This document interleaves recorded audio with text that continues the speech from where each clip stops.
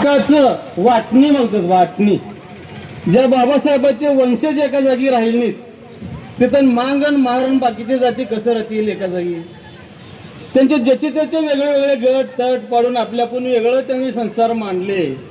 त्याप्रमाणे आता आम्ही मातंग समाजाला वाटणी मागतो, वाटणी. भीक मागत नाही. आमच्या आजोबानानं कमवून ठेवलेल्या त्याच्या हिस्सापैकी हिस्सा मागतोय, हिस्सा, आमची वाटणी मागतोय. मित्र, काल परवा एक मोर्चा झाला आमचा. एक सलग 3 वर्ष निवडून आलेला गोडबोड्या माजी आमदार या ठिकाणी मातंग समाजाबद्दल काहीतरी बोलून गेला. अरे बाबा, तूच निवडून येताना जय भीम पाहिजे का रामराम पाहिजे म्हणून निवडून आला, आणि मित्रा तुलाच या मागणी मतदान केलं होतं ते विसरून तू तुझ्या स्वार्थासाठी इथं स्टेजवर येऊन आम्हाला वाकडं बोलला.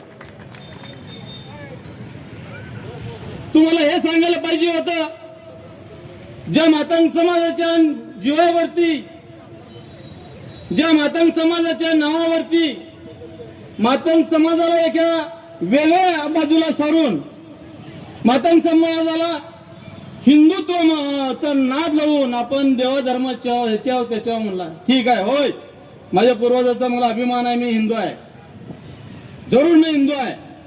प्रेमीचा मातंग आणि चर्मकार, मग मांगारोडी, बुरुड, मेहतर, ढोर, ककया या इतरत्र सगळ्या ज्या 59 जाती आहेत, या जातीमधल्या सर्वांगीण गोरगरिबाचा विकास, शैक्षणिक प्रगती झाली नाही, नोकरी त्या ठिकाणी त्यांना बरोबर मिळाली नाही, त्याचा वाटा त्यांना मिळाला नाही, हाच एक मुद्दा आहे.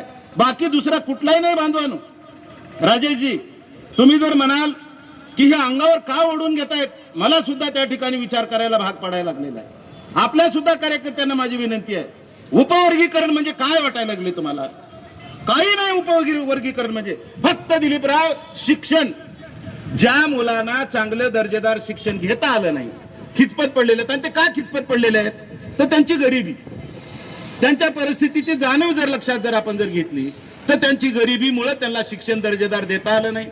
पब्लिक आता जर बघितलं तर शासनाच्या सुद्धा शाळेच्या बाबतीमध्ये तुम्ही विचार केला तर सरकारी शाळा बंद पडायला लागल्या. आपल्या कादंबरीतून लिहून ठेवलंय. तर या सगळ्या गोष्टीचा विचार करून आपण सगळ्यांनी आपल्या न्याय मागण्यासाठी, आपल्या कामासाठी आपण सगळेजण बोलावं अशी मी आपल्याला विनंती करतो. ज्या ज्या ठिकाणी अशा प्रकारची आंदोलनं झाली तिथं ढाण्या वाघ म्हणून कांबळे साहेबांची आपल्याला आठवण होणं स्वाभाविक आहे. त्यांनी आपल्या माणुसकीसाठी लढाई केली, आपल्या मराठवाड्यातल्या प्रत्येक माणसासाठी लढाई केली. अशा लढाईला सामोरं जाताना आज